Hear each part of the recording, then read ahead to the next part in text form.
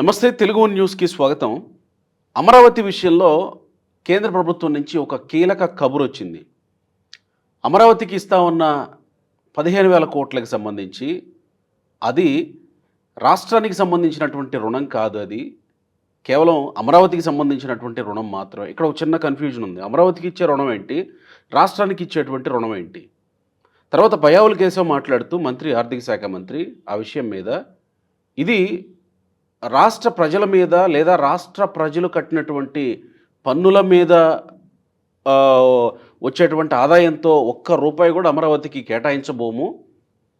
కేవలం అమరావతి మీద అది సెల్ఫ్ సస్టైన్ ప్రాజెక్ట్ అంటున్నాం కాబట్టి దాని నుంచి వచ్చేటువంటి డబ్బుల ద్వారానే అమరావతి కట్టడానికి ప్రయత్నిస్తున్నామని. ఇది ఒక రకంగా మళ్ళీ కూటమి ప్రభుత్వం అధికారంలోకి వచ్చిన తర్వాత 60,000 కోట్లు ఖర్చు అవుతుంది అమరావతి కట్టడానికి అని అంటుంటే చాలామంది మేధావులు మాట్లాడుతూ వచ్చారు. 60,000 కోట్ల రూపాయలు మళ్ళీ అక్కడ తీసుకుపోయి పెడితే మిగతా ప్రాంతాల పరిస్థితి ఏంటని చాలామంది మాట్లాడుతూ వచ్చారు. మళ్ళీ 2019 ఎన్నికలకు ముందు ఏ ప్రచారం అయితే జరిగిందో అదే ప్రచారాన్ని మళ్ళీ తెర మీదకి తెచ్చే ప్రయత్నం చేశారు. కానీ ఒక్క రూపాయి కూడా రాష్ట్ర ప్రజల మీద భారం పడకుండా ప్రజలు కట్టినటువంటి పన్నుల నుంచి వచ్చినటువంటి ఆదాయాన్ని అక్కడ పెట్టకుండా కేవలం సెల్ఫ్ సస్టైన్ ప్రాజెక్టుగా చేస్తామనేది రాష్ట్ర ప్రభుత్వం చెప్తున్నది. దీనికి కేంద్ర ప్రభుత్వం నిన్న కేంద్ర ఆర్థిక శాఖ ఇచ్చినటువంటి క్లారిటీ కూడా ఇది రాష్ట్రానికి సంబంధించినటువంటి అప్పు కాదు, అమరావతికి సంబంధించినటువంటి అప్పుడు. ఇక్కడ చిన్న క్లారిటీ తీసుకునే ప్రయత్నం చేద్దాం. మనతో అప్సన్ రాజేష్ గారు, ప్రముఖ రాజకీయ సామాజిక విశ్లేషకులు ఉన్నారు. నమస్కారం రాజేష్ గారు. ఈ అప్పు రాష్ట్రానికి సంబంధించింది కాదు, అమరావతికి సంబంధించింది అని అంటే ఎట్లా అర్థం చేసుకోవాలి దాన్ని? అంటే ఇక్కడ 2024-25 ఆర్థిక సంవత్సరానికి సంబంధించి కేంద్ర ప్రభుత్వం ప్రవేశపెట్టిన పూర్తిస్థాయి బడ్జెట్లో ఆంధ్రప్రదేశ్ రాష్ట్ర రాజధాని నిర్మాణం కోసం 15,000 కోట్ల రూపాయలు ప్రతిపాదించారు.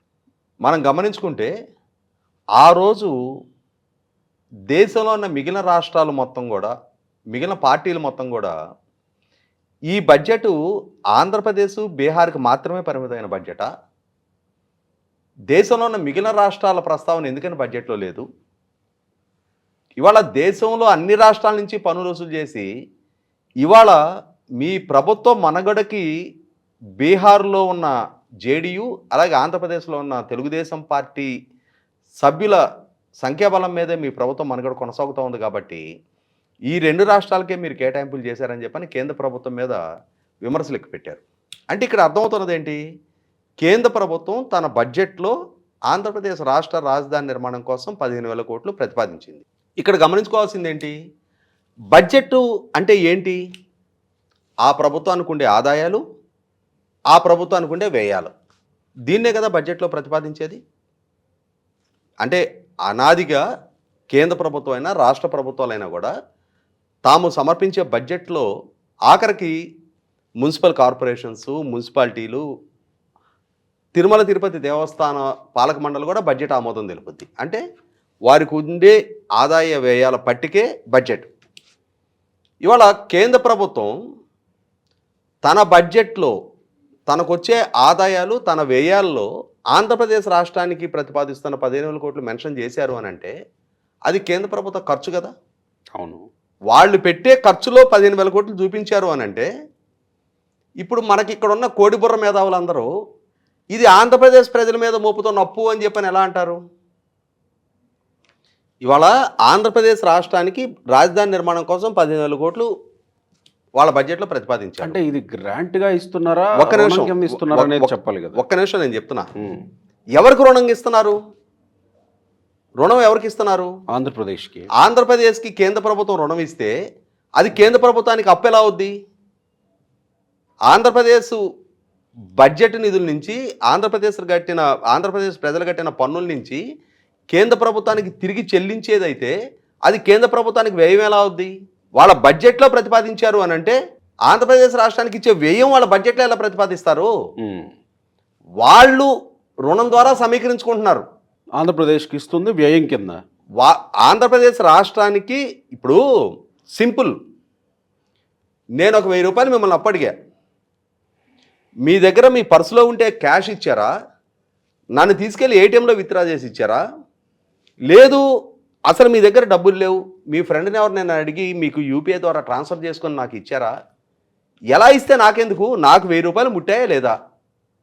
ఉమ్. నాకు సంబంధించిన వరకు నాకు 1000 రూపాయలు రావటమే ఇంపార్టెంట్ అక్కడ. నేను అది తిరిగి ఇచ్చేదా కాదా అనేది, తిరిగి ఇచ్చేదైతే నేను అప్పుగా తీసుకుంటా. మిమ్మల్ని ఉదారంగా అడిగాను నేను, మీరు నాకు ఉదారంగా ఇచ్చారు.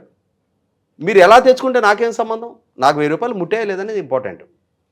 ఆంధ్రప్రదేశ్ రాష్ట్రానికి రాష్ట్ర రాజధాని నిర్మాణం కోసం 15,000 కోట్ల రూపాయలు కేంద్ర ప్రభుత్వం నుంచి వస్తూ ఉన్నాయి. ఈ వచ్చే ప్రాసెస్ కూడా కేంద్ర ఆర్థిక శాఖ మంత్రి చాలా వివరంగా చెప్పారు. ప్రపంచ బ్యాంకు, ఏషియన్ డెవలప్మెంట్ బ్యాంక్ నుంచి మేము రుణం తీసుకుంటున్నాం. దీనికి రాష్ట్ర ప్రభుత్వం కనుక అప్పు తీసుకుంటే రాష్ట్ర ప్రభుత్వం 10% మ్యాచింగ్ గ్రాంట్ పే చేయాలి.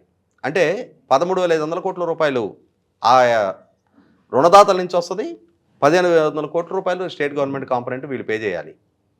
రాష్ట్ర ప్రభుత్వ ఆర్థిక స్థితిగతుల దృష్ట్యా ఆ 1,500 కోట్లు కూడా మేమే భరించడానికి సిద్ధపడ్డామని చెప్పారు. అప్పుడు వాళ్ళు ఎందుకు పే చేస్తారు? ఈ రాష్ట్ర ప్రభుత్వం మీద మోపబడే రుణం అయితే వాళ్ళు ఎందుకు ఆ గ్రాంట్ పే చేస్తారు? అసలు వాళ్ళ బడ్జెట్లో ఎందుకు ప్రతిపాదిస్తారు? దాన్ని బడ్జెట్లో ప్రతిపాదించేది వాళ్ళ ఆదాయ వ్యయాలు. ఈ 15,000 కోట్ల రూపాయలు కేంద్ర ప్రభుత్వ ఖర్చులో చూపించారు. ఆంధ్రప్రదేశ్ రాష్ట్రం చెల్లించే రుణం అయితే కేంద్ర ప్రభుత్వ ఖర్చులు ఎలా చూపిస్తారు? అది ఎవరో ఒకళ్ళ ఖర్చే కదా. అది ఐదర్ కేంద్ర ప్రభుత్వం, రాష్ట్ర ప్రభుత్వం. రాష్ట్ర ప్రభుత్వం తీసుకునే అప్పు అయితే, రాష్ట్ర ప్రభుత్వానికి ఇప్పించే అప్పు అయితే, రేపు రోజున రాష్ట్ర ప్రభుత్వ బడ్జెట్ నుంచి చెల్లించాల్సిన అప్పు అయితే కేంద్ర ప్రభుత్వ ఎక్స్పెండిచర్లు ఎలా చూపిస్తారు దాన్ని? అంటే ఇక్కడ క్లియర్గా అది కేంద్ర ప్రభుత్వం నుంచి రాష్ట్రానికి అందుతున్న గ్రాంట్ అనేది నిర్ధారణ అవుతూనే ఉంది. ఇది కేంద్ర ప్రభుత్వ బడ్జెట్లో ప్రతిపాదించిన బడ్జెట్ల గురించి అవగాహన ఉన్న ఎవరికైనా అర్థమవుద్ది. కేంద్ర ఆర్థిక శాఖ మంత్రి 1కి 4 సార్లు చెప్పిన దాని మీద అర్థమవుద్ది. ఆంధ్రప్రదేశ్ ప్రభుత్వం ఇచ్చిన వివరణ పరిగణలోకి తీసుకుని అర్థమవుద్ది. అయినా సరే వీటినేటిని మేము పరిగణలోకి తీసుకోం. మేము విమర్శించటమే మా లక్ష్యం. మాకున్న పావు బుర్ర అరబుర్రలతోటి విమర్శ చేయటమే మా లక్ష్యం. మా ఎజెండా పొలిటికల్ ఎజెండా. మేము దుమ్మెత్తి పోస్తూనే ఉంటాం అనుకునే కొద్దిమంది అవగాహన రాహిత్యంతో చేసిన విమర్శే తప్ప, నిన్న వైసీపీ ఎంపీకి కేంద్ర ప్రభుత్వం పార్లమెంట్ వేదికగా అధికారికంగా మరొకసారి వివరణ ఇవ్వడం జరిగింది. ప్రపంచ బ్యాంకు, ఏషియన్ డెవలప్మెంట్ బ్యాంక్ నుంచి 6,700 కోట్ల రూపాయల చొప్పున రాష్ట్ర ప్రభుత్వానికి రుణం ఇప్పించడం జరిగింది. అలాగే ఈ మ్యాచింగ్ గ్రాంట్ 1,500 కోట్లు కూడా కేంద్ర ప్రభుత్వమే గ్రాంట్ రూపంలో ఇస్తుంది. గ్రాంట్ పనివాళ్ళ మెన్షన్ చేశారు అక్కడ. అంటే నాన్ రిఫండబుల్, తిరిగి రాష్ట్ర ప్రభుత్వం చెల్లించనవసరం లేని గ్రాంట్ అది. అలాగే నిన్న పయ్యావుల కేశవ్ గారు చెప్పింది, ఈ 15,000 కోట్లతోటి రాజధాని నిర్మాణం పూర్తి కావట్లా. హడ్కో నుంచి 11,000 కోట్ల రూపాయలు సిఆర్డిఏకి రుణం తీసుకున్నారు. అలాగే ఇంకొక 5,000 కోట్ల రూపాయలు యూరోప్కి సంబంధించిన ఒక ఆర్థిక సంస్థ నుంచి తీసుకుంటా ఉన్నారు. ఇవి సిఆర్డిఏ నుంచి తిరిగి చెల్లించాల్సిన అవసరం ఉంది. రాష్ట్ర ప్రభుత్వ బడ్జెట్ నిధుల నుంచి ఈ రుణాలు చెల్లించరు. రాష్ట్ర ప్రభుత్వ బడ్జెట్లో కూడా అమరావతికి సంబంధించి నిధులు ఏమి కేటాయించలేదు. అదే అంటున్నా, రాష్ట్ర ప్రభుత్వ బడ్జెట్ నిధుల నుంచి ఇవాళ జగన్మోహన్ రెడ్డి గారి పాలనా హయాంలో భవిష్యత్తు మద్యం ఆదాయాల మీద రుణాలు తీసుకొచ్చారు, కార్పొరేషన్ పేరిట రుణాలు తీసుకొచ్చారు. ఎండ్ ఆఫ్ ది డే చెల్లించాల్సింది ఎవరది?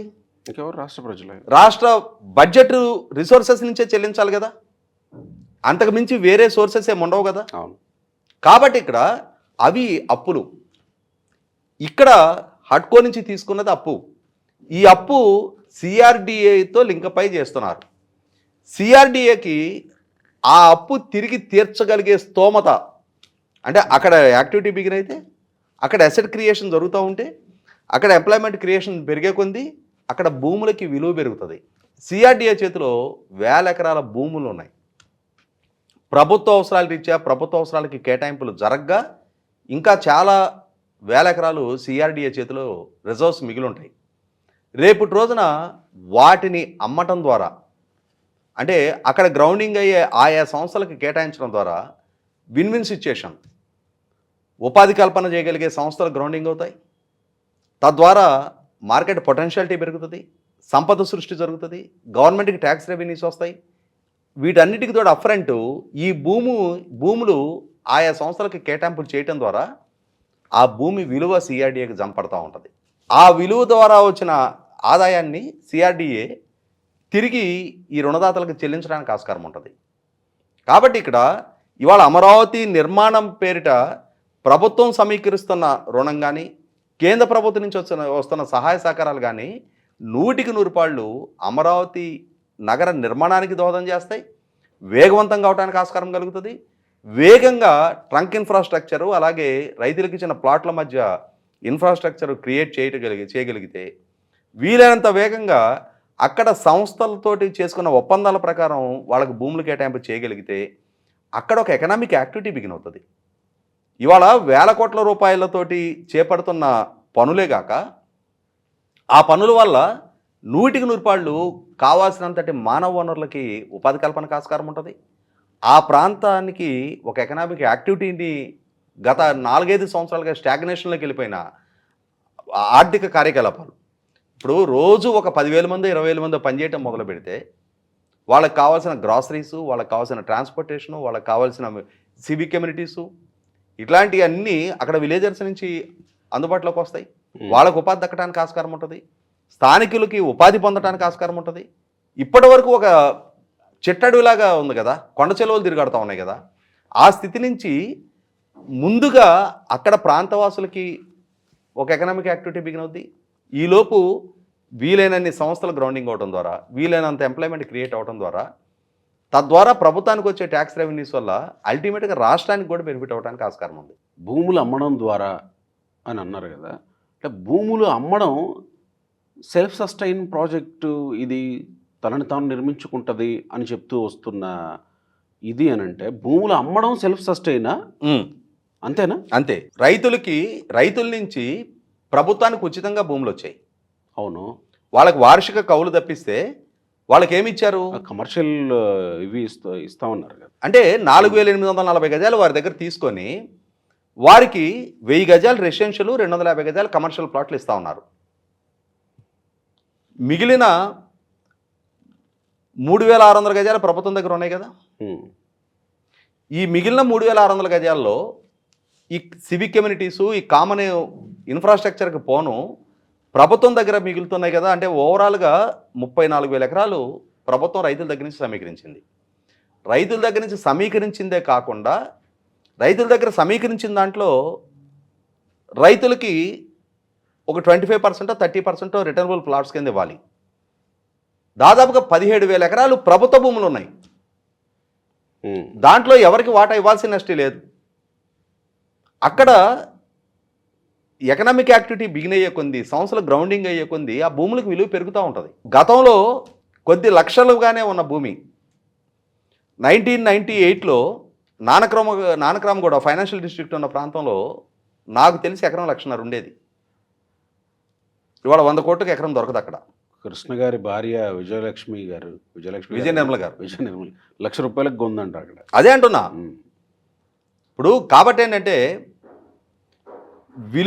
వాల్యూ ఎడిషన్ ఒక్కొక్క సంస్థ గ్రౌండింగ్ అయ్యే కొంది ఆ వాల్యూ ఎడిషన్ పెరుగుతూ ఉంటుంది, విలువ పెరుగుతూ ఉంటుంది. తద్వారా భూమి ఎన్ని సంస్థలకు అలాట్ అవుతుంది అంటే అంత భూమికి విలువ పెరుగుతుంది. పైగా అన్ని సంస్థలకు గ్రౌండింగ్ అవడం ద్వారా ఉపాధి కల్పన, ట్యాక్స్ రెవెన్యూస్, సంపద సృష్టి ఇవన్నీ కూడా లింక్ అయి ఉంటాయి కదా ఒకదానికొకటి. కాబట్టి అదే సెల్ఫ్ సస్టైనబిలిటీ అంటే వేరే రిసోర్సెస్ ఎక్కడి నుంచో తీసుకొచ్చే పని కాకుండా అక్కడ చేతిలో ఉన్న భూముల విలువ పెరగటం ద్వారా, ఆ భూములని సంస్థలకి కేటాయింపులు చేయటం ద్వారా, ఆ సంస్థల నుంచి ఆ భూమి విలువ రప్పించుకోవటం ద్వారా గతంలో 2019కి ముందు ఆ రోజు నిర్ణయించిన ప్రకారం ఒక్కొక్క ఎకరాన్ని 4 కోట్లుగా నిర్ధారించారు. అంటే సింగపూర్ కన్సార్టియంతో చేసుకున్న ఒప్పందం ప్రకారం వాళ్ళకి కేటాయించిన 1,600 ఎకరాల్లో తొలి విడత కేటాయింపులు 4 కోట్ల రూపాయల చొప్పున జరగాలి. తర్వాత రోజుల్లో 10 కోట్ల రూపాయలు చొప్పున కేటాయింపులు చేయాలనుకున్నారు. 2019 నాటి లెక్కలవి. ఇవాళ 2025లో ఉన్నాం మనం. ఇక్కడి నుంచి గ్రౌండింగ్ అయ్యే సంస్థలకి చాలా మంచి విలువకే భూములు కేటాయింపు జరుగుతుంది. ఇవాళ హైదరాబాద్ లాంటి ప్రాంతంలో 60 కోట్లు 80 కోట్లు 100 కోట్లు పెట్టి భూములు తీసుకుంటూ ఉన్నాయి సంస్థలు. అటువంటప్పుడు అక్కడ 10 కోట్లకో 15 కోట్లకో 20 కోట్లకో భూమి తీసుకోవడానికి ఏ సంస్థ కూడా వెనకాడదు. అటువంటి వాల్యూ ఎడిషన్ వల్ల ఒక 100 ఎకరాలు అమ్మితే 2,000 కోట్లు వస్తుంది. కనీసం 15 కోట్ల చొప్పున అనుకున్న 1500 కోట్లు వస్తుంది. ప్రభుత్వం చేతిలో వేల ఎకరాల భూమి ఉంది.